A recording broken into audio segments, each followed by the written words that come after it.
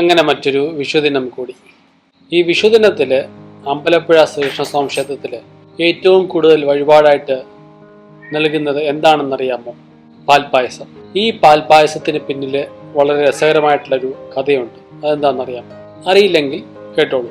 അമ്പലപ്പുഴ ഭരിച്ചിരുന്ന ചെമ്പശ്ശേരി രാജാക്കന്മാർ ദേവനാരായണൻ എന്ന സ്ഥാനപ്പേര് സ്വീകരിച്ചാണ് രാജ്യം ഭരിച്ചിരുന്നത്.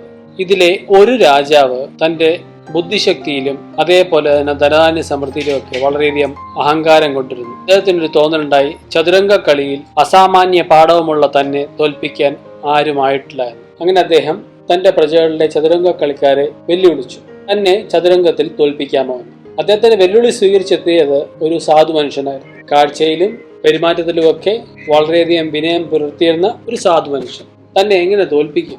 എന്തു തന്നെ ആവട്ടെ, അദ്ദേഹത്തിന്റെ പന്തയം എന്താണെന്നറിയാം. രാജാവ് ചോദിച്ചു, എന്താണ് താങ്കളുടെ പന്തയം? ഈ സാധു മനുഷ്യൻ പറഞ്ഞു, ഞാൻ വിജയിക്കുന്ന പക്ഷം താങ്കൾ എനിക്ക് ചതുരംഗ പലകയിലെ ഓരോ കളത്തിലും നെന്മണികൾ നൽകണം. അതിങ്ങനെയായിരിക്കണം. അതായത് ആദ്യത്തെ കളത്തിൽ 1 നെന്മണി, രണ്ടാമത്തെ കളത്തിൽ 2 നെന്മണി, മൂന്നാമത്തെ കളത്തിൽ 4 നെന്മണി, അങ്ങനെ ഓരോ കളത്തിലും ഇരട്ടിച്ചിരട്ടിച്ച് ഉള്ള എണ്ണത്തില് എനിക്ക് നെന്മണികൾ നൽകണം.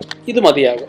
കുട്ടനാട്ടിലെ മിക്കവാറും എല്ലാ പാടശേഖരങ്ങളും അധീനത്തിലുള്ള രാജാവ് പറഞ്ഞു, ഇത് വളരെ നിസ്സാരം. ശരി, പന്തയം സമ്മതിച്ചിരിക്കുന്നു. അങ്ങനെ മത്സരം തുടങ്ങി. 1-2 നീക്കങ്ങൾക്കുള്ളിൽ തന്നെ രാജാവിന് മനസ്സിലായി, ഇദ്ദേഹം വിചാരിച്ച പോലെ സാധുവൊന്നും അല്ല. നന്നായിട്ട് ചതുരംഗ മത്സരം അറിയാവുന്ന നല്ല ബുദ്ധിശക്തിയുള്ള വ്യക്തിയാണ്. രാജാവിന് പേടി തോന്നി തുടങ്ങി, തന്നെ ഇദ്ദേഹം തോൽപ്പിക്കുമോ? എങ്കിലും രാജാവ് കളി തുടർന്നു. പക്ഷേ മത്സരത്തിൽ ഈ സാധു മനുഷ്യൻ രാജാവിനെ തോൽപ്പിച്ചു. പന്തയപ്രകാരം വിജയിച്ചു കഴിഞ്ഞാൽ നെന്മണികൾ കൊടുക്കണം. രാജാവ് തന്റെ സഹായികളെ വിളിച്ചിട്ട് പന്തയപ്രകാരം ഇദ്ദേഹത്തിന് നെന്മണികൾ എണ്ണി തിട്ടപ്പെടുത്തി കൊടുക്കുവാൻ കൽപ്പിച്ചു. ആദ്യത്തെ കളത്തിൽ 1, രണ്ടാമത്തെ കളത്തിൽ 2, മൂന്നാമത്തെ കളത്തിൽ 4, നാലാമത്തെ കളത്തിൽ 8, അങ്ങനെ ഓരോ കളങ്ങളിലും ഇരട്ടിച്ചിരട്ടിച്ചാണ് നെന്മണികൾ കൊടുക്കേണ്ടത്. ഏകദേശം പകുതി കളങ്ങളായപ്പം തന്നെ കാര്യം കയ്യിൽ നിന്ന് പോയി എന്ന് തോന്നി.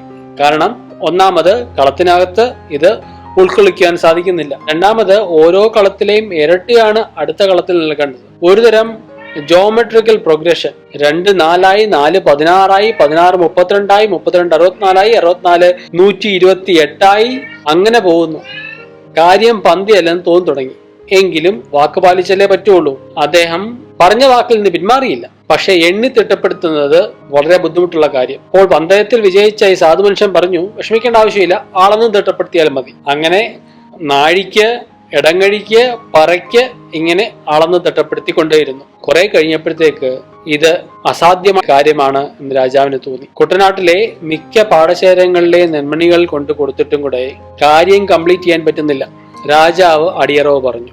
രാജാവിന് തോന്നി മറ്റാരോ എന്നാണെന്നുള്ളത്. അങ്ങനെ വിഷമിച്ച് കൈകൂപ്പിയുന്ന രാജാവിന് മുന്നിൽ പ്രത്യക്ഷപ്പെട്ടത് സാക്ഷാൽ കൃഷ്ണ ഭഗവാൻ. രാജാവിന്റെ അഹങ്കാരം ശമിച്ചിരിക്കുന്നു. കൃഷ്ണഭഗവാൻ പറഞ്ഞു, സാരമില്ല, എന്റെ പന്തയത്തിൽ പറഞ്ഞിരുന്നത് താങ്കൾക്ക് ഇപ്പോൾ നൽകാൻ സാധിക്കുന്നില്ല. സാരമില്ല, ഒരു കാര്യം ചെയ്താൽ മതി. ഇനിയുള്ള കാലങ്ങളിൽ എനിക്ക് പാൽപ്പായസം നൽകിയാൽ മതിയാകും. അങ്ങനെയാണ് അമ്പലപ്പുഴ പാൽപ്പായസത്തിന്റെ തുടക്കം.